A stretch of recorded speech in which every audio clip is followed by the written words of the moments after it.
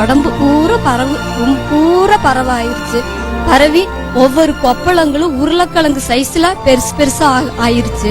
அப்புறம் எங்க பொண்ணுனால முடியல, என்னால நாத்த பொறுக்க முடியலம்மா, கல்யாண சாப்பாடாட்ட செஞ்சு எனக்கு அதுல விஷத்தை கலக்கி கொடுங்க அப்படின்னு சொல்லிச்சு எங்க புள்ள. என்னால வேதனையை பொறுக்க முடியல, நான் அழுதேன். அப்ப என்ன சொன்ன, என் பொண்ணு சொல்லுது, அம்மா உங்கனால முடியலன்னா கலக்கி நம்ம 2 பேரும் சாப்பிட்டுக்கலாமா, டேடிய விட்டுறலாமா, நம்ம 2 பேரும் சாப்பிட்டுட்டு போயிடலாமா அப்படின்னு சொல்லுச்சு. என்னால வேதனை தாங்க முடியலைங்க.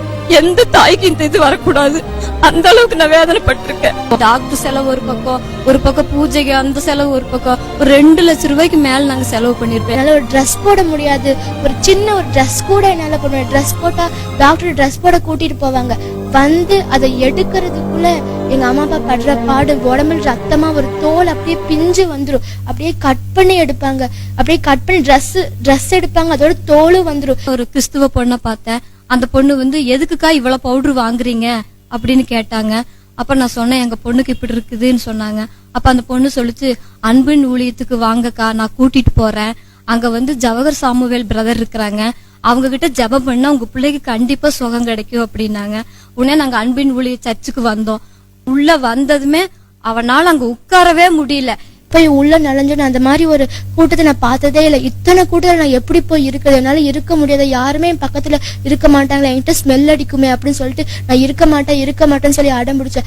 ஜவஹர் சாமுவேல் அங்கிள் வந்து பிரசங்கம் பண்ணிட்டு இருந்தாங்க. அப்ப சொன்னாங்க, உங்களுக்கு இன்னும் கொஞ்ச நேரத்துல இயேசு கிறிஸ்துவோட ரத்தமும் சரீரமும் உங்களுக்கு கிடைக்க போகுது, திராட்சரசமும் அப்பமும் உங்களுக்கு கிடைக்க போகுது அப்படின்னு சொன்னாங்க. உடனே இந்த வசனத்தை கேட்டோன்னு அப்படியே மனசு அப்படியே ஆதலாச்சு. அப்படியே எங்க அப்பாவோட இதுல நான் சாஞ்சிட்டு அவர் என்ன பிரசங்கம் பண்றது நான் அப்படியே கேட்டுட்டு இருந்தேன். கொஞ்சம் உடனே நாங்க இந்த மாதிரி அங்கிள்கிட்ட போய் நாங்க என்ன பட்ட கஷ்டம் எல்லாத்தையும் எங்க அம்மா அப்பா சொன்னாங்க. என்னால எந்திரிச்சு கூட நடக்க முடியாது, நான் இங்க உட்கார்ந்து ஒரு டாக்டர் கூட என்ன தொட மாட்டாங்க. அப்படியே உடம்பெல்லாம் அழுகி போய் ஸ்மெல்ல ரத்தம் ஒழுகி தண்ணி ஒழுகி அப்படி ஒரு ஸ்மெல். ஆனா அங்கிள் வந்து கொஞ்சம் கூட ஒரு பொண்ணுக்கு இப்படி இருக்கே, நம்மளுக்கு ஏதாவது எஃபெக்ட் ஆயிருமா அப்படின்னு கூட நினைக்காம ஆண்டவரை ஸ்தோத்திரம் பண்ணிட்டு இந்த ஜெப எண்ணெய அப்படியே கையில வச்சு உச்சந்தலையில இருந்து உள்ளங்கால் வச்சு அப்படியே இது பண்ணி போட்டாரு.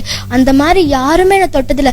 நான் நினைச்சிட்டேன், கண்டிப்பா இவர் தொட்டிருக்காரு, மனசால தொட்டிருக்காரு, எனக்கு கண்டிப்பா விடுதலை கிடைக்கும் அப்படி ஒரு நம்பிக்கையில சந்தோஷத்துல அன்னைக்கு நம்பிக்கையில நான் வீட்டுக்கு போனேன். வீட்டுக்கு போய் 3 நாள்ல எவ்வளவு மருந்து சாப்பிட்டிருக்க, எவ்வளவோ டேப்லெட்ஸ் தான் சாப்பிட்டிருக்க. அங்கிள் வந்து இயேசு கிறிஸ்துவை நினைச்சு ஸ்தோத்திரம் பண்ணி வச்சதுமே உள்ளங்கால் வரைக்கும் அப்படியே அந்த ஜெப எண்ணெயை தடவி தொட்டு போட்டு அந்த 3 நாள்ல அந்த மாதிரி ஒரு விடுதலை கிடைச்சது. நான் இன்னைக்கு இப்படி உட்கார்ந்து இருக்கிறனே காரணம்னா அது கர்த்தர் மட்டும்தான். ஒரு ட்ரெஸ் போட்டிருக்க அப்படின்னா அது கர்த்தர் தான் காரணம். 2 வருஷமா நான் கண்ணாடியே பார்த்தது இல்ல.